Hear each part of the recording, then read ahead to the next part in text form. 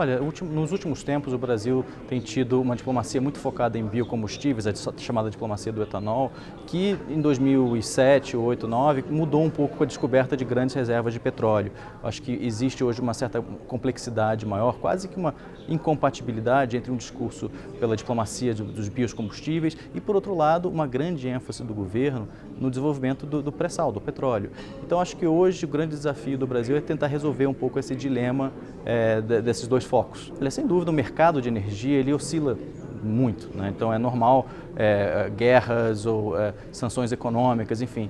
Agora, o que o país tem que se preparar é que de vez em quando essas oscilações podem ser mais bruscas e podem, na verdade, serem sinais de rupturas nos setores energéticos. Por exemplo, quer dizer, quando houve a revolução do gás de xisto nos Estados Unidos, houve uma mudança enorme nos preços, na questão tecnológica, o que afetou o Brasil, até certo ponto, o seu desenvolvimento aqui da indústria do pré-sal.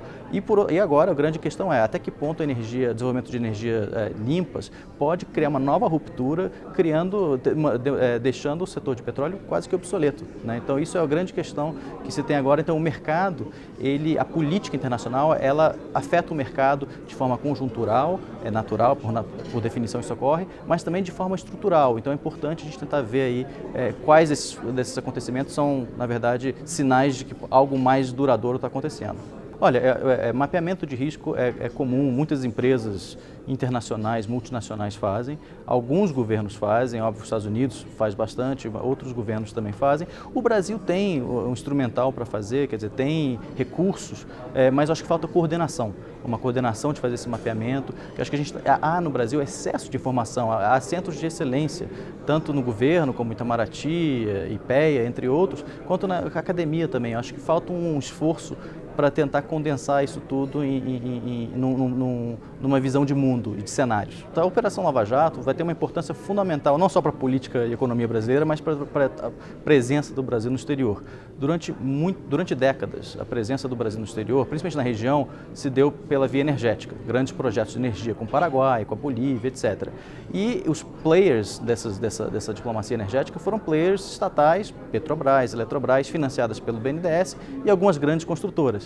Curiosamente, esses players envolvidos no meio da Lava Jato. Olhando para frente, acho que o desafio da Lava Jato fontes de financiamento secaram, muitas dessas empresas que eu citei vão ter de se desfazer de ativos lá fora, inclusive já estão se desfazendo, o que muda um pouco a presença do Brasil lá fora. Então a pergunta que se tem hoje é, se o Brasil quiser retomar essa presença lá fora, principalmente na região com projetos regionais de integração energética, isso demanda uma atração de novos players, talvez menores, novas fontes de financiamento que não sejam só estatais. Então acho que esse é o ponto, talvez, que a Lava Jato traz como um desafio fundamental aqui dessa discussão. Acho que a Lava Jato também tem o debate sobre o Brasil tem que atrair mais investimentos para tocar projetos de energia, de infraestrutura, que os grandes players nacionais, como eu falei, estão afetados, estão constrangidos por causa da Lava Jato, tanto legalmente quanto financeiramente também. Então acho que a Lava Jato tem um efeito mais profundo,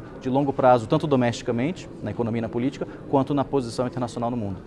Olha, é importante ressaltar assim, que diversificação é uma palavra-chave. Não estamos falando aqui em investir num tipo de fonte de energia e não no outro. Acho que o Brasil, dado o tamanho do país, os recursos naturais, o Brasil tem vantagens comparativas em vários setores energéticos, né? Petróleo, hidrelétrica, etc. Então acho que a gente tem que explorar isso, né? Não botar todos os ovos na mesma cesta, mas explorar essa diversificação. Agora, de fato, há momentos de rupturas que são praticamente imprevisíveis, como uma ruptura que talvez torne energias limpas, como hidrogênio, como você citou, extremamente competitivas. É difícil prever, inclusive é difícil até fazer cenários para isso, mas de todo modo esse é o exercício que é fundamental, se isso acontecer, quais são as vantagens e desvantagens do Brasil em relação a cada uma dessas fontes energéticas. Bom, primeiro a geopolítica do petróleo, quer dizer, um governo Trump, qual é o efeito disso nos preços, etc.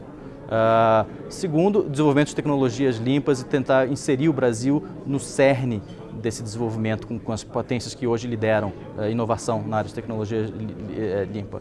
E terceiro, talvez para olhar um pouco para a região, os arranjos que já existem, seja no Mercosul, Unasul, talvez até mesmo BRICS, o Brasil poderia criar ou fortalecer esses arranjos no que diz respeito ao desenvolvimento de energias limpas.